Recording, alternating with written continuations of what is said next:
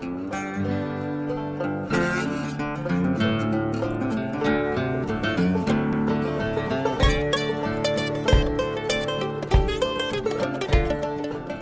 back to Old History, the award-winning social media project dedicated to preserving history.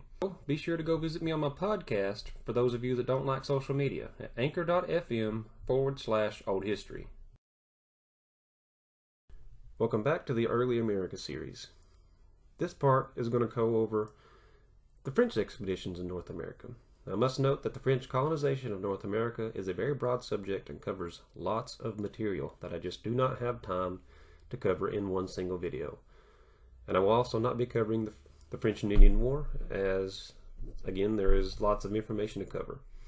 So here are a few key happenings in the French colonization of North America that are worth mentioning today. Enjoy. Continuing on with the early expeditions of America, we last learned about the Spanish expeditions into the American landscape and their failed missions to find the 7 cities of gold. So what happened next? Before I can answer that question, it is very important to note that the expeditions of the French in North America are equally as old as the Spanish, with the earliest accounts being in the 1530s on the St. Lawrence River. However, our journey begins in the 1670s and the French journey into the American South. So almost 130 years after De Soto set foot in what was to become America, specifically the southern United States, a French expedition under the command of Father Jacques Marquet, a Jesuit missionary, and Louis Joliet, a fur trader, descended the Mississippi River in the early 1670s in present-day Wisconsin, stopping at Chickasaw Bluffs near Memphis. They would go far enough down the Mississippi to conclude that it drained into the Gulf of Mexico, but not so far that the Spanish would have captured them. While they did not quote-unquote discover the river, they determined that it was possible to reach the ocean via this river. During their journey, they took a few notes, and a few of those were on how friendly the native people were and their vast amount of resources. Equipped with this information, French officials, led by the explorer René Robert Cavelier de la Salle, would erect a 4,000-mile network of trading posts to systematically exploit those riches over the next century and a half. In February of 1682, another French expedition led by Robert Cavelier de la Salle also explored the Mississippi River in the first of 2 expeditions. He would go on to build a fort near the mouth of the Hatchie River and named it Fort Prudhomme in honor of a soldier who was briefly lost from the rest of the group. The fort became the first structure built by white explorers in what was to become West Tennessee. La Salle claimed the river and this drainage basin for King Louis XIV.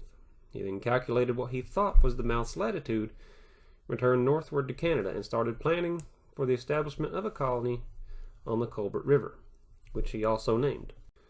La Salle would return to France and would begin quote-unquote fundraising and would secure a contract for the settlement of a new colony. In short, his plan was to reach the Mississippi River by sea and secure a permanent settlement upriver that would provide the French with a strategic advantage over Spanish interest throughout the Gulf of Mexico. La Salle would set sail and would go down around the Caribbean islands, intending to go up the Mississippi through the Gulf of Mexico. However, historians do not know exactly how he miscalculated to such a great degree, but he would end up off of the coast of Texas in a place called Matagorda Bay. Despite the severe dissension that was already present in the crew, de La Salle wanted to keep moving until he found the missing river. However, his crew just wasn't having any of it, and they murdered him. Well, they returned back east, found the Arkansas River, returned to Canada and France. It would not be until the early 1690s when a Spanish search party would find the abandoned Matagorda Bay. However, they had assumed that the local native people had either killed or captured these settlers. La Salle's expeditions paved the way for the French to extend their trading network into the interior of the continent. By 1692, the French traders had established posts all along the Cumberland River, and namely near a salt springs, a site which would later become known as the French Lick, and in 1780 this site would serve as the nucleus for the Nashville settlements. But from this location, the French maintained an active fur trade with the Shawnee until 1714, when the Shawnee were driven out by a coalition of Cherokee and Chickasaw.